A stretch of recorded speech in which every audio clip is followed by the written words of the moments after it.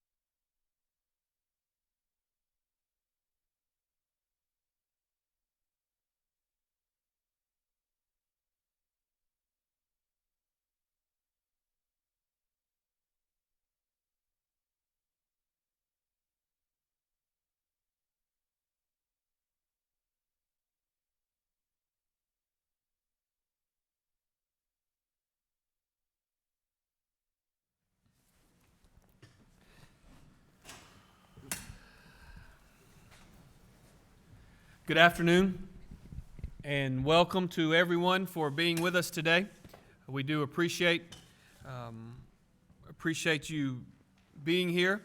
Obviously, late yesterday evening, I declared a new state of emergency for the state of Mississippi. On Easter Sunday, we saw savage storms across the state. We are still in the response phase. We are just beginning the work of damage assessment. Numbers will go up. That said, here's what we know so far. At least 11 Mississippians lost their lives from these horrific tornadoes. Injury numbers will soon go up significantly. For comparison purposes, we believe at this time from reports that there are at least 22 Americans that have passed away, at least half of which at this point are in the state of Mississippi. There were 12 or more tornadoes in Mississippi yesterday, affecting almost every region of the state. 2 followed the same long, destructive, deadly path through South Mississippi. Tens of thousands of Mississippians lost power. We already know that hundreds of homes were destroyed or badly damaged. Meanwhile, at the same time, we are facing an unemployment crisis in Mississippi, a more than 8,000% increase that leaves many of these very same people especially vulnerable. Tens of thousands have just lost their jobs. The Red Cross is sheltering families that have nowhere else to go. Many are moving to hotels. We're pushing out tarps and we're pushing out water. Our chainsaw crews and other responders are ready to roll anywhere additional resources are needed. We're flexing to support local efforts. Local first responders have done an incredible job executing. Honestly, it is inspiring to see their efforts. This storm was as bad or worse than anything we've seen in a decade. We are used to tornadoes in Mississippi. No one is used to this. Winds topped 200 miles an hour in certain locations. The trail was long and the trail was devastating.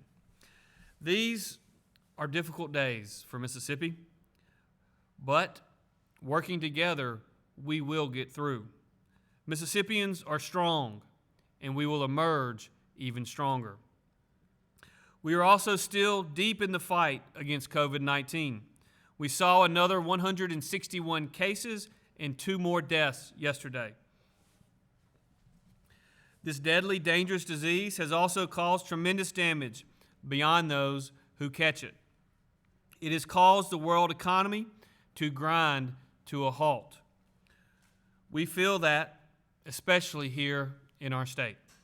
Almost 90,000 Mississippi families have lost paychecks, and they feel it every single day. Our shelter-in-place order expires 1 week from today on April the 20th. We will discuss our plans for schools tomorrow.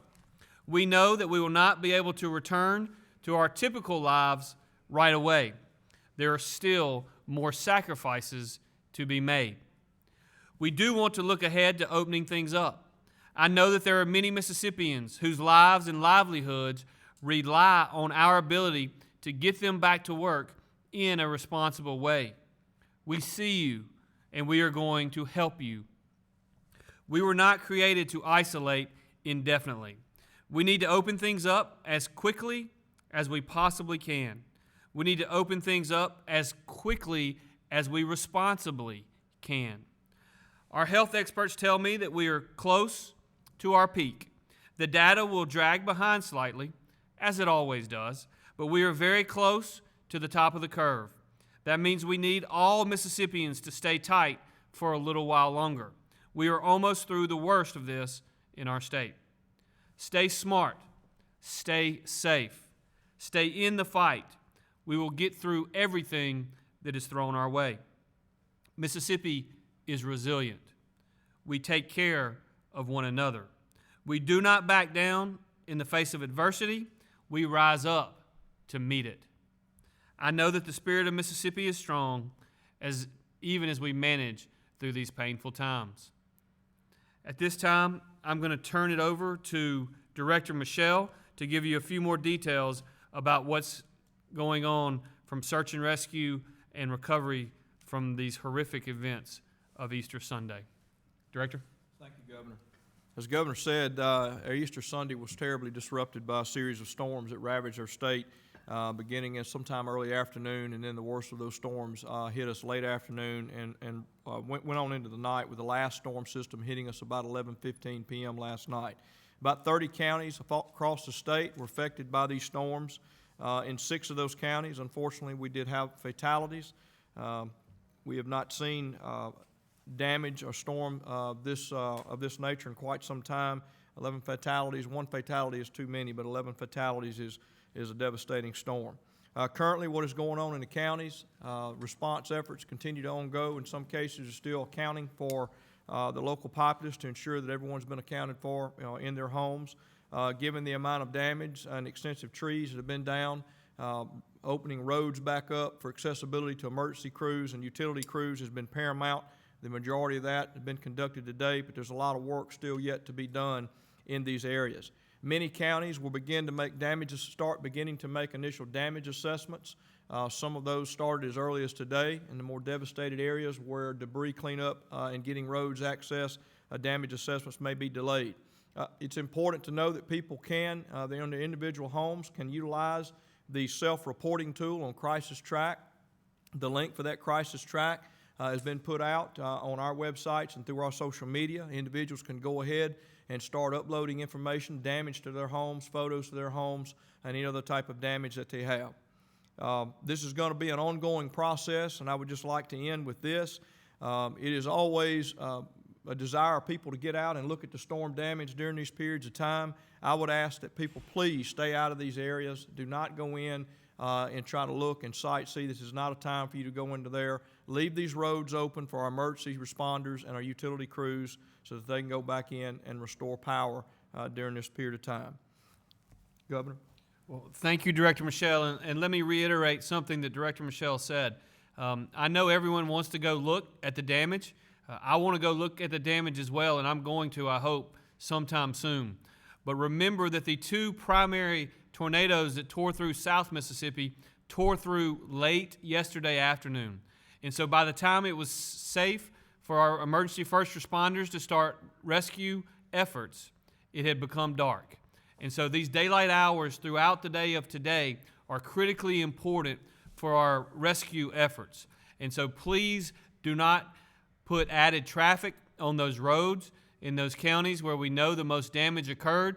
There will be time for that, but now is not the time.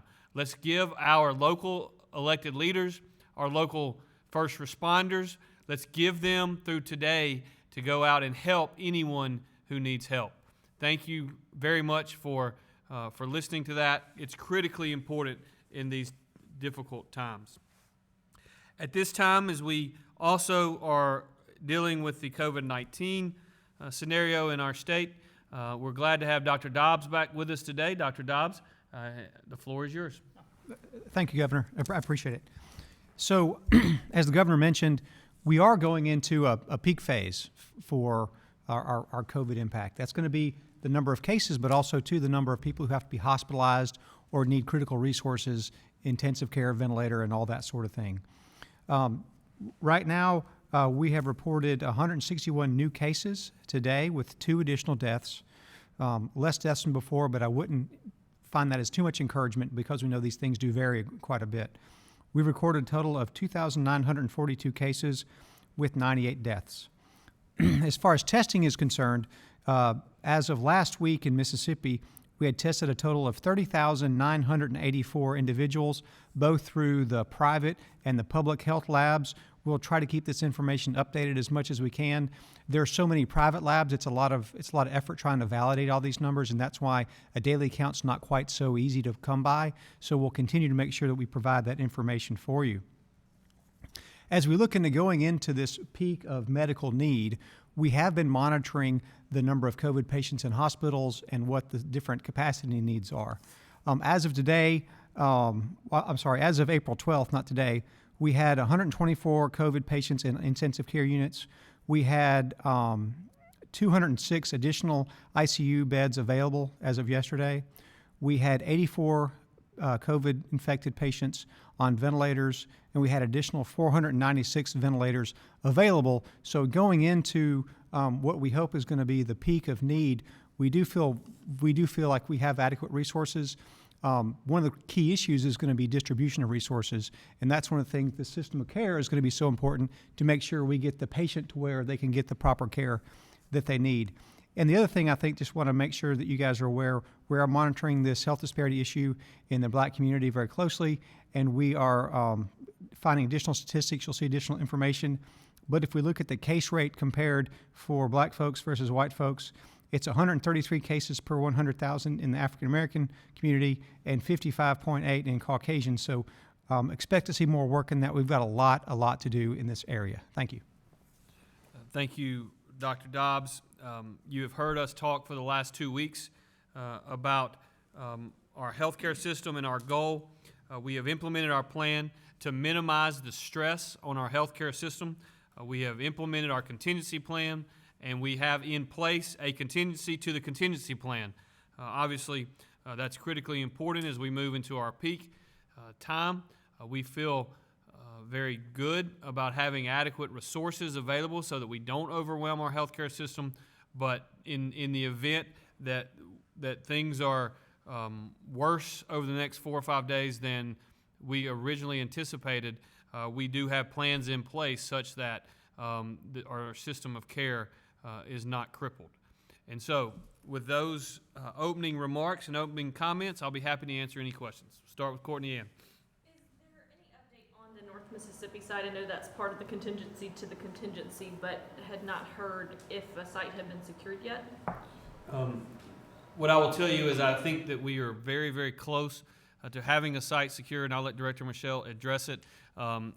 We do not believe that the contingency to the contingency plan is going to be necessary, but I think that we have identified the site. And Director Michelle? Yes, Governor, I actually had a brief meeting on the way out, come over here with the member of the strategic planning group. They've been looking at a campus, and been discussions with the president of Itawamba Community College up there about a dorm facility as well as an open type bay type facility that would follow a medical needs type sheltering. And Dr. Dobbs, I'll let you come back into that as well. It wasn't an option that we'd looked at before, but given more analysis of the way that COVID treatments are done, and given that this was not going to be a COVID patients per se, it was going to be a step down care.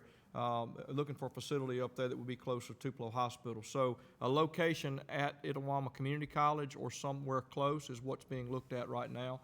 The Camp Shelby model was complete this past weekend, so it would be available for use given the physicians and patients that would come in there should it be needed. but the location is at Itawamba Community College is what we're looking at. And just as a reminder to everyone in Mississippi, one of the reasons that we think it is significantly less likely today than it was, say, 2 weeks ago, that we would actually have to utilize these contingency plans is because of the early efforts of the health department, and then finally followed up with the executive order that I signed on Friday. The lack of elective surgeries, for instance, and also the mere fact that people are sheltering in place has led to a significant number of individuals that would have otherwise been hospitaled under normal times, not in the hospital today. And so when you talk to hospital administrators, particularly of the large systems, they have an awful lot of open beds within the system. So, Dr. Dobbs, you want to talk to that? Yeah, and that's the whole point of it. For well over a month, we've been talking about this elective surgery thing, and it's cumulative. A lot of, not that elective surgery and elective procedures are not important, but if they can be delayed such that we can have this excess capacity, it puts us in a lot stronger position whenever a surge occurs. Thank you, Governor. My question is for Director Michelle. Sir, between Red Cross and MEMA, how many shelters are out there for those who are homeless right now because of the storms? And can you just elaborate, we're still suffering from COVID-19 threats. When people go to these shelters, how are you taking precautions to make sure we can all gather at these to be safe, but not have a risk of spreading the germs? Sure. Yeah, it's a good question, and I've been asked that a lot over the last few days as we were going into this. So step one is, yes, shelters were open if they were needed. As always the case, we're dealing with COVID, so the guidance that we gave, and this is a little different than what some of the other states' approach on this was, but we said we're going to have shelters open. Life safety's got to be paramount. We pushed out additional PPE on Friday before these storms came in so that counties would have additional hand sanitizer, gloves, and in cases where we could make masks available. But we talked about masks at the last press conference, and that is you don't have to have an N95, a surgical mask. If that doesn't work, and I even demonstrated a cotton mask that I had, and this is a face mask I use when I'm riding. Anything to cover your mouth in those shelters will be fine so that you don't spread particulates. The use of shelters right now, not a lot of people in the shelters. They've either been housed with family members. Red Cross is always on the scene, and they provide short-term housing either at hotels or other places. But we've emphasized social distancing throughout this whole process.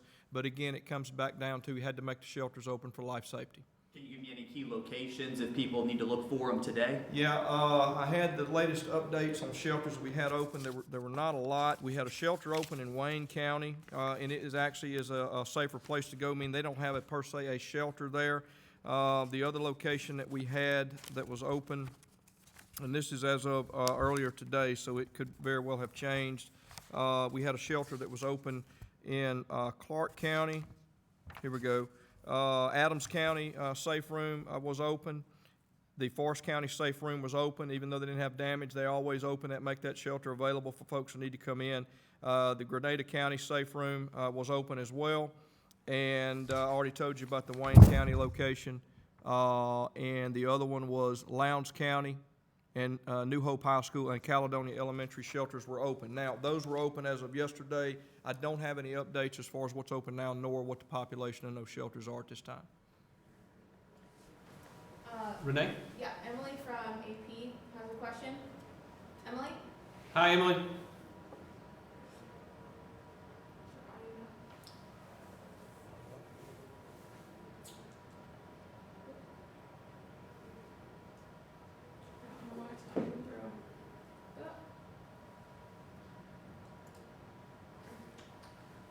Sorry, we're trying out a new system. Sorry, guys.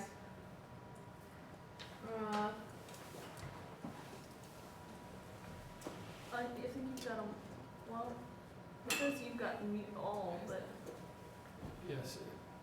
On the lower right-hand corner, you make an she's unmute. unmuted.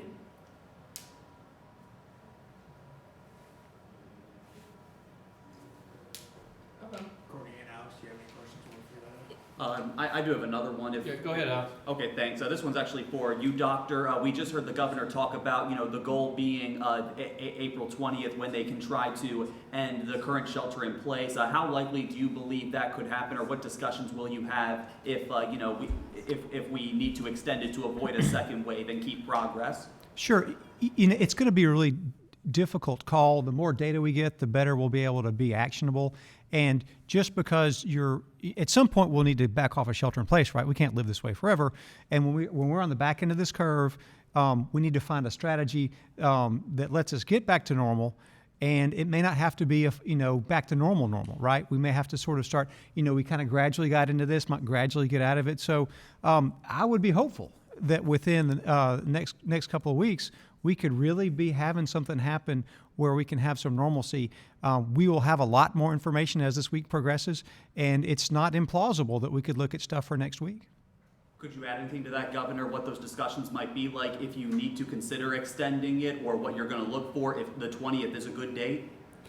Yes, and we've actually begun having those conversations already, much like we started talking about schools and what our plan may be. Sometime last week, I'll announce final results from those conversations and an ultimate decision tomorrow. When we look at the shelter in place, you'll recall that our plan throughout this has been identify those cases and isolate. And so as we continue to increase testing capacity, that's going to give us a lot of flexibility as well, because the more testing we can do, the more identifying of specific cases we can do, then the more isolating we can do, and then the more the teams that Dr. Dobbs has built from a public health standpoint can make a real difference. And so we're beginning those conversations. We do believe that we may find ourselves as we go into the next several weeks and maybe even months, continuing to, even if we can make decision to open up certain areas of the state, there may be certain populations or certain geographic regions that it doesn't make sense to open up, or we've also got to be nimble, and we got to know that if necessary, we've got to be willing to immediately shelter in place for a specific town or a specific community or a specific county, or maybe even a specific region if we start seeing additional cases. But what I will tell you is we're going to continue to work with and communicate as we have from the very beginning with our experts at the Department of Health. But I also want you to know that we have had 98 horrific fatalities caused by COVID-19. And Ely and I pray for every single one of them every single day. We've also had over 90,000 Mississippians that have lost their jobs, that have gone into the unemployment insurance fund. And those are 90,000 that have actually been able to file. We believe there are far, far more individuals that fit in that category. And so their lives have been upended and disrupted, and it's very, very, very unfortunate, and it's just something that breaks my heart. And so we're going to make sure that we take all of the information into account. We're going to look at the data. We think the data is showing some positive signs, particularly when you look at exactly when cases have been initiated. We think that the policies that we put in place are working.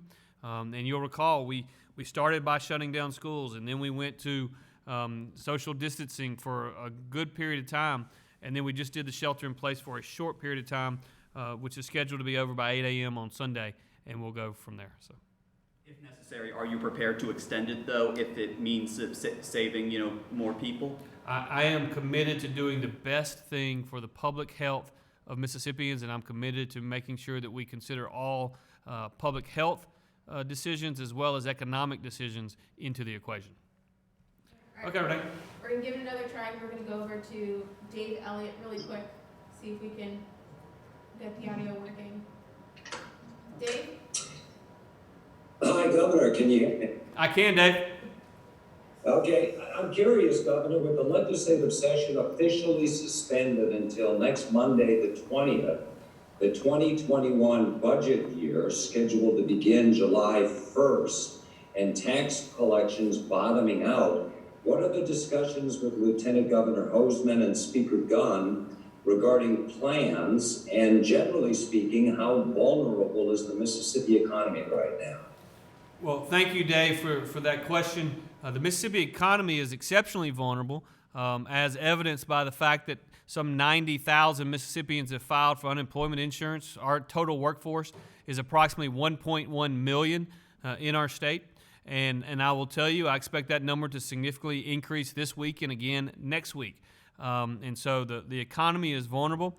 The Congress has put numerous provisions in place, which I think should be helpful. certainly in terms of the unemployment insurance that they have provided, as well as the fact that that they have provided the small business loan program through the SBA. Those are programs that help small businesses, but nothing is going to help like getting our economy back rolling again. So just as soon as it is safe to do so and responsible to do so, we're going to open things back up. Now, in terms of revenues, just so you know, Dave, our March revenue collections were perfectly fine. In fact, we exceeded projections in March. That will not be the case for April, however. And as we look to the budget that actually begins on July 1, my recommendation is going to be that we get into the month of June so that we have a better idea of what April and May looks like in terms of revenue collections. You know, the unfortunate thing for us as a state is that in the last 3 months of our year, the last 25% of our fiscal year, we collect over 40% of our total revenue. And so while we had exceptional revenues in the first 9 months of the fiscal year, the timing of this could really not be much worse in terms of what it means to the current fiscal year's revenue projections. All right, we're gonna go back to Emily from AP, see if we can get her audio working. Emily? Hey, thank you, I appreciate it. Governor Reeves, President Trump said today that it will be up to him, the president, and not to individual governors to reopen the state. So I wanted to ask your reaction to that, and also what kind of communication have you had very recently with the White House about this issue? Well, thank you, Emily, for that question. And I don't know exactly how you define very recently, but I will tell you at 12:30 today, I was on a call with Vice President Pence and other leaders in the national effort. You know, we're in somewhat of a unique situation because I actually received a call earlier today from the director of FEMA, the administrator at FEMA, and Pete was very kind. He's watching the storms yesterday. Our FEMA and other federal partners have been in contact with us regularly, and I think what you'll find is that we certainly recognize the challenges that this public health crisis is bringing to our state and this nation, but we also recognize, much like the president does, the challenges that this economic crisis is bringing to our nation as well. And so we are monitoring both. I have spoken again with the Vice President as recently as an hour or two ago, and I will continue to do so. You know, one of the things that we have asked for of FEMA in light of the disasters that occurred yesterday is an immediate emergency declaration by the federal government, which would give us much more flexibility. You know, it's hard to believe, but I'm in my 90th day in office. I have been engaged and involved in 5 federal emergency declarations in those 90 days. Historic flooding, obviously tornadic damage yesterday with winds over 200 miles an hour, not to mention this coronavirus crisis, the likes of which we haven't seen since the mid-1915 to 1918 period. And so it's been challenging. The federal government's been our partner, and I hope will continue to be our partner. We're going to work with the president and his team. I can assure you no one is itching to get the economy rolling again more than I am. I understand the damage that has occurred, but we're going to do it in a responsible way, and we're going to work with our partners at the federal government to make sure that we do that. Thank you, Emily. Can you speak a little bit more for folks at home who aren't familiar with what the emergency declaration does, how this will be helpful, particularly when, as you mentioned, you have had to enter others in this short period of time, and given everything else that's going on resource-wise, how important that is and what it will actually do? Well, that's a great question, and so in essence, and I'll let Greg fill in any details that need to be filled in, but the reality is that that the emergency declaration that I signed, which I never anticipated signing an emergency declaration at 7 p.m. on a Sunday night, much less 7 p.m. on Easter Sunday night, But the emergency declaration that I signed yesterday and asked ultimately the federal government to grant the federal declaration would allow us to immediately start IA and PA, which is individual assistance and public assistance. That's monies from the Federal Stafford Act, which we could immediately put into the hands of local governments, as well as resources we could immediately put into the hands of individuals who have been affected by this storm. When you look at how long the two tornadoes were on the ground in South Mississippi, and how powerful they were, the National Weather Service even said that we hadn't seen winds of that magnitude in a long, long time in tornadoes. And so the other thing I'll tell you, we talk a lot about the tornadoes and the fact that we had about 12 of them in Mississippi yesterday. There was significant damage done by the very last storm that came through that did not have tornadic activity, but it had straight line winds up in the north part of the state, which led to at least a couple of fatalities that were very damaging as well. And so, Greg, I don't know if you want to add some specifics there that maybe I left out, but. No, Governor, you hit the nail on the head. I mean, the bottom line is that when you're dealing simultaneously with as many emergency declarations as we are, and that the governor has dealt with since he has come on, it taxes your resources. Not to mention the fact that we're still dealing with a total of 14 declarations of state that we're still closing out to go all the way back to Katrina. So it becomes a matter of resources, and then you throw in the COVID, and the national stockpile issues and PPE. We've expended an enormous amount of state resources to ensure that our healthcare workers are getting not everything that they want, but to keep them where they are. So it's even more important that we get these disaster grant resources to keep us moving forward and to make sure that our people have housing and access to housing, especially during a pandemic. And Courtney, let me brag for just a minute on the teams at the Department of Health that Dr. Dobbs has assembled and the team at the Mississippi Emergency Management Agency that Greg has assembled. These folks are literally working around the clock, and they've been doing it for days and weeks and months on end. And I've tried to speak with both of them and encourage them, and they've done a fantastic job, but nobody wants to go home. Nobody wants to take time off because they're so dedicated to their job. But we have got to give individuals an opportunity to rest, to sit down and relax at least once every month or so.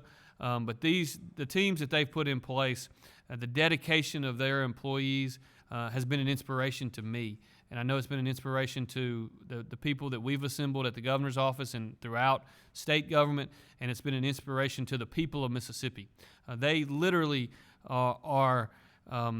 they embody the spirit of Mississippians. When times get tough, the tough get going. And what's happened in Mississippi is our people have gotten up, they've gone to work, they've helped themselves, they've helped their neighbors, and these two teams that they've built at the Department of Health, MEMA, our National Guard, and so many others is really, truly inspiring to me. Is there any concern for the impact on resources or the healthcare system in some of these areas, particularly since so many of them are rural?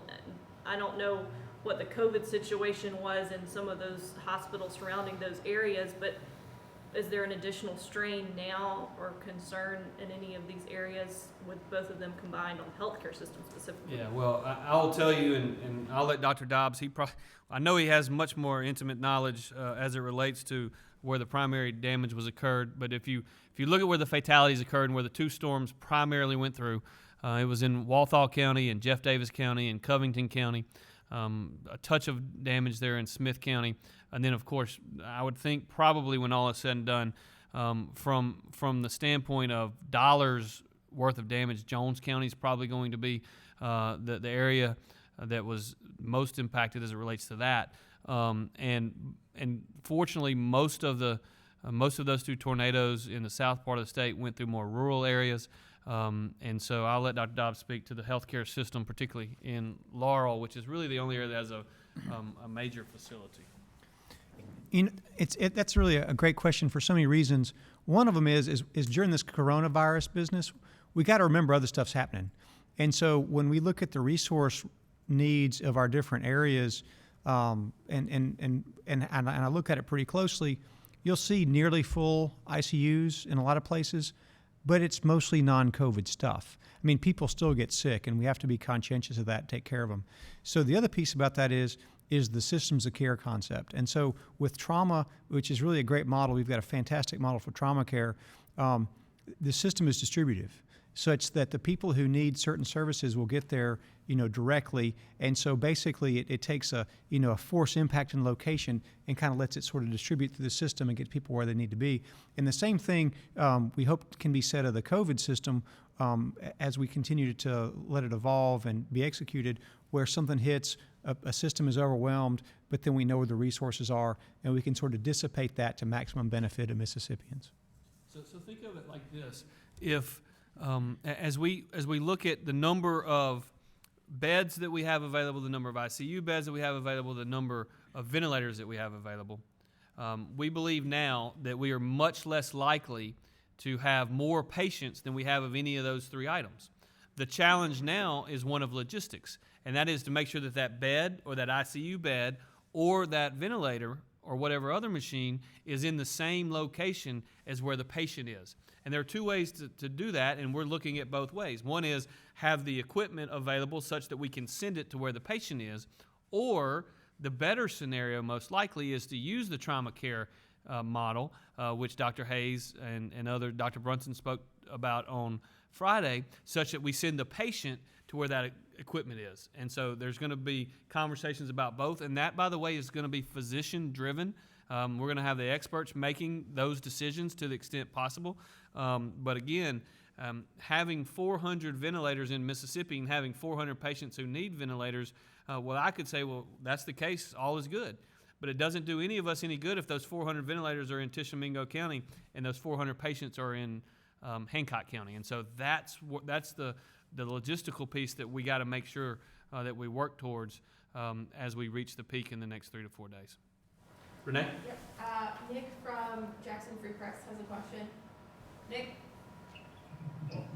Hi, yes. Dr. Dobbs, you recently told the legislator that about a third of the total testing numbers from private labs lack demographic data. Has that been addressed, and can you pinpoint the testing penetration in the Black community, especially in light of the disparity in both infections and outcomes? On the first question, yes, we are rapidly fixing the issue with the lack of racial data.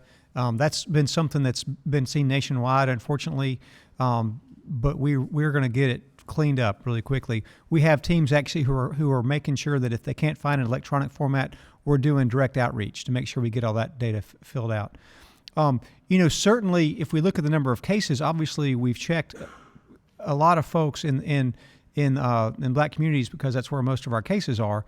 That's one part of the equation, but I'm really worried that we don't have sufficient penetration, and so we're going to try to be even more aggressive to make sure that people have access to testing, and that with our testing capabilities in conjunction with National Guard and also with UMC, to deploy those to areas that have high number of cases, and also have a high proportion of African American cases, so that we can make sure that we're targeting those communities effectively. Renee? Jennifer Kay, I believe from Bloomberg Law has a question. Jennifer? Yes, can you hear me? Yes. Okay, thank you. Hi, my question is for Governor Reeves. Can you be more specific about what was discussed in the governor's call with Vice President Pence today? Are they actually saying that it will be the White House dictating how and when each state will be reopening, so to speak, as the pandemic wanes? Well, I think the way I would describe the conversation was a very open conversation. Many governors opined on what they needed from both a public health standpoint and also what conversations needed to be had from the perspective of the economic analysis. I think that there are some governors in some regions of the state that are trying to bind together and do what they think is best in their particular region. I think what you're going to see is a joint effort. The one thing that has struck me throughout this process is the number of Democrat governors from around country that have been exceptionally complimentary of the president and the vice president, the coronavirus task force, particularly with respect to their willingness to work with them. They are definitely pushing federal resources to states like New York and New Jersey, to states like Illinois and Michigan. There is no question that they are sending federal resources there. And so as we talk amongst the governors, we continue to give our opinions to the leaders from a public health standpoint, from an economic standpoint. They need to understand what's happening in our states and what we're hearing, and we're working really hard to make sure that Mississippians' perspective is heard loud and clear. Aaron Kelly from Meridian Star has a question. Aaron?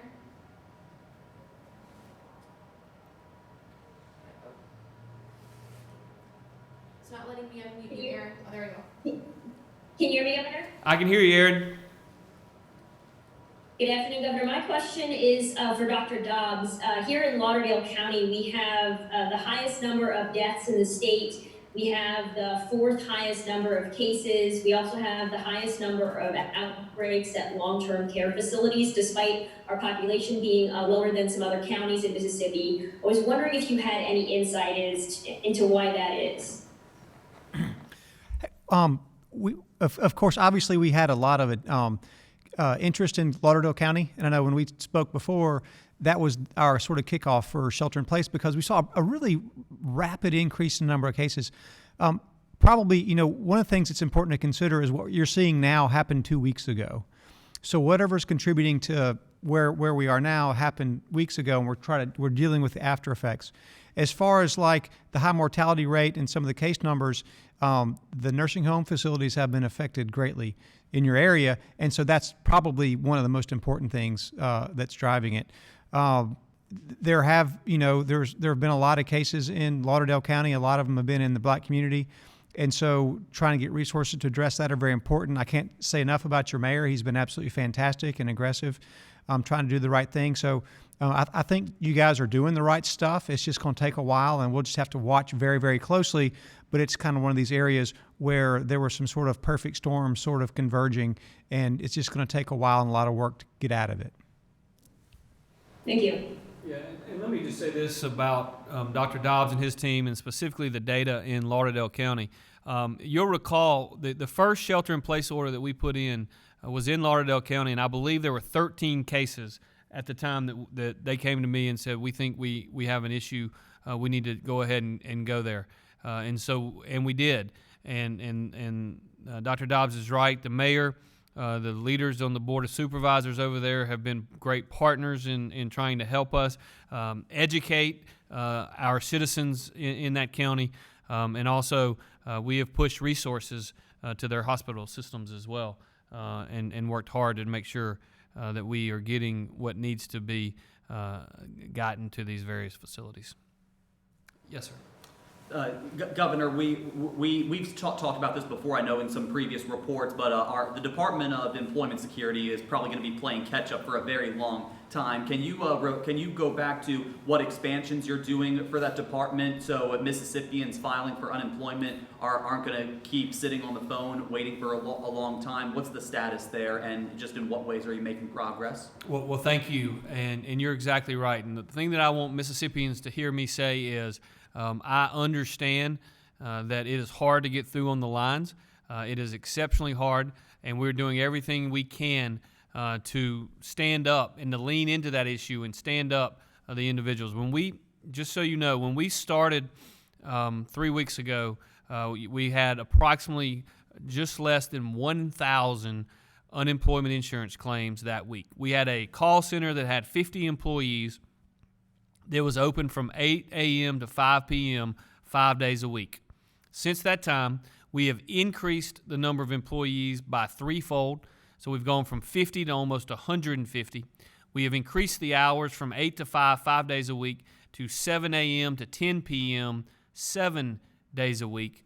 And on top of that, we have been in the process of negotiating a contract, as I appreciate it, from the Employment Securities Department, which would add an additional 100 employees onto the call center roles, which would, once fully implemented, would have our total number of employees up fivefold from just 3 or 4 weeks ago.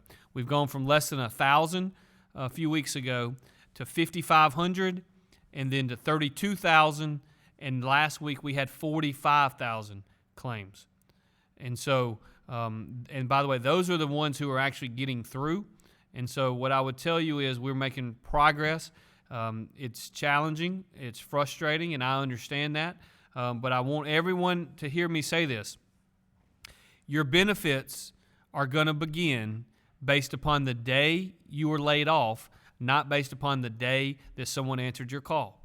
And so I know it's hard to be patient, but understand we hear you, we're working to fix it, and we are going to get it fixed. The time frame on that contract you mentioned, when does that take off to add those employees for help? I don't have a specific date at this time. I'll get an update for you and get it to you. The last conversation I had was late Friday afternoon, and they were working towards the negotiating. They're doing it all at the Employment Securities office and with their team. So we'll get you an update on when that will go into effect, but I don't have it off the top of my head. Dr. Dobbs, does the number of cases in the long-term care facilities concern you? Does it seem high compared to the general population? I know you had mentioned that it just takes one case for it to be counted as an outbreak, but because of the fact that they are in the higher risk population, can you speak to that some? It does concern me. It doesn't necessarily surprise me.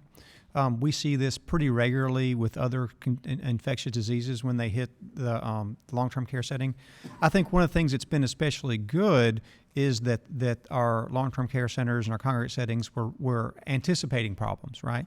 And so we know the visitors and all that kind of stuff. So I think it certainly would be worse. But on the backside, we know it's a vulnerable population. They're pretty well, within, quarters of close proximity to one another.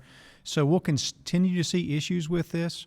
That'll continue to be one of our priorities for response and support because, they're one of the tier 1 areas for getting PPE and stuff, and certainly we need to make sure that they're protected. So, unfortunately not as surprising, very worrisome, and we'll continue to invest a good portion of our resources into in that situation. And correct me if I'm wrong, but aren't there a lot of contract workers at many of those type long-term care facilities? Do you know if there were any changes to the contract work being done that would be outside individuals but maybe necessary for usual care? Well, I'm not aware of any change in normal practice, but normal practice is somewhat concerning in the sense that, and it's not just unique to this industry. Hourly workers who don't feel compelled that they can take off if they don't feel well. It's been a real challenge and then even as a culture, we try to go to work when we're ill, and we got to rethink that whole thing. So, and certainly we do know that people work in multiple locations, so that is quite an issue. But it's my understanding that most of the facilities have been very aggressive about screening folks coming in, and then in the facilities where they have any cases, we're having all the employees wear masks as a protective measure. So, there are things that can be done, but it still is a point of vulnerability are going to be the employees coming in and out. Okay, seeing no further questions at this time, I want to thank y'all for being here. And as I've promised, as long as we're having a shelter in place, I'm going to wish some great people happy birthday, and I'm going to do it again today. So Peyton Raines is turning 9 years old. Happy birthday, Peyton. Happy birthday to Cameron Moore and Brady in Mooreville, to Callie Jo Griffin, to Mac, to Bracy Lee, to Giona Thomas, to Charles Byers. Happy birthday, Laura Brooke Morgan, Mason Carter, Allie Bass, Sarah Harden in Pontotoc, to Dino Lovett, to Caitlin Dossett, to Ayana May, to Gracie Hudson, and to Prince Guyton. Happy birthday to River Ezel, who's turning 5 today, to Alice Kitchell, and a happy Sweet 16th to Chris Taylor. Happy birthday, Rachel Sprouse and Addison Elise Hyde, to Olivia Gray in Columbus and Adelaide Watson, to Jay Wallace, who is turning 3, to Hunter Nikes, to Rachel Waller, to Ella Ray Ford. Again, happy Sweet 16th to Brianna Gray, and to Carson Wilson, who wants to be an ATF agent one day. Happy birthday, Aaron in Olive Branch. Happy birthday, Ariana Booker and to Braden Smith. Happy birthday, Parker Williamson, Gracelyn Rogers, Devin Cavert, Aliyah Bobo, April Van Buren, Bailey Potter, Jalen Wilson. Happy birthday, Kaylee Wilkins, Gracie Tate, Harley Ann Nowell, Jaden Flowers, Tiara Carter. Happy birthday, Haley Brown and Ellie Warren. Happy 18th birthday to Blake Robertson, and happy 4th birthday to Kyler Smith. To Carter and Madison, happy birthday. Juliana Griffin and Mary Lampton Walker. Happy birthday, Mary Lampton Walker. Happy birthday to Eric Grigg, who's turning 9. To Cameron Jones and Colson Moore, who is turning 5. Happy birthday to Aiden Williams and Carter Deason. And Jacqueline Smith Harris up in Kosciuszko, Mississippi. Happy birthday to Christian Noel. To Ethan Knighton. To Kaylee Gullett. To Mary Brooke and Savannah Hammond. Happy birthday to Coley McCain and to Manning Cox, who is turning 14. And also, happy birthday to Madeline Phillips from Meridian, Mississippi. She's 19 years old and a student at Howard University. Ellie French, happy birthday. Ellie says that she misses watching sports with her family. Ellie, I miss watching sports with my family too, but we're going to get on the other side of this soon. Happy birthday to Tony Staggs and Lauren Hall, Ellie Dean Ray, and Brianna Fountain. Happy birthday to Jalen and Olivia Clark, whose 2nd grade teacher is the one wishing you happy birthday, Mrs. Lane. Mrs. Lane, thank you for your service to our state.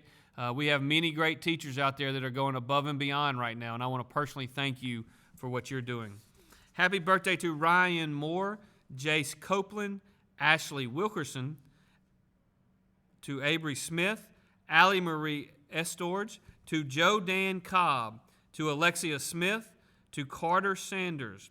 Happy birthday to Paisley McDaniel, and happy birthday to Latasha Evans, who is a dispatcher for EMR first responders and firefighters in Clark County. So to Latasha, thank you for what you do. My guess is you've been busy over the last couple of days. Thank you for what you do, and God bless you. Happy number 10 to Brennan Porter. Happy number 6 to Preston Rayner. Happy birthday to Sadie up in Caledonia. They're in Lowndes County. Happy birthday, Avery, who's turning 5. Happy birthday, Aubrey Barlow, Mason Phillips, Sherry Fruge, Kayla Scarborough, Ty Skelton, Tucker Barham, Dontrell Banks Sr. Happy birthday to Caleb Spiller, who is a 7th grader at Clinton Junior High School. Happy birthday to Robert Smoots, who's turning 3, and to Stephen Cox, Hunter Flanagan, Destiny Jennings, Gracie Kay. Happy birthday to Carter Hall. Happy Sweet 16 to Trinity Gerald. Happy birthday to Leanne Hamburg's son and to Sabrina McMorris. And happy number 5 to Lucas Johnson. Happy birthday to Connor Steed and to Alec Long and to KJ, who is a senior at Choctaw Central. Happy birthday also to one of our great employees, Tate Nations. Happy birthday to a husband and wife combo, David and Lois Gary. Listen to this. Lois turned 97 on Good Friday. David turned 99 on Easter Sunday. David is a World War II veteran and has beaten cancer not once, but twice. And they've only been married for 77 years. David and Lois, God bless you. Happy birthday. And finally, I'd like to wish a happy 78th birthday to Gerald Pace up in Kosciuszko at the Mississippi Veterans Home in Kosciuszko. Happy birthday, Gerald. And also to our Mississippi Veterans Home in Jackson, we have 2 birthdays today. To Charles H. Odom, who's turning 58, and to William A. Coleman, who is turning 94 years young today. Happy birthday to all of you. Thank you for your service to our nation. Thank you all for being with us today, and may God bless Mississippi. Thank you all.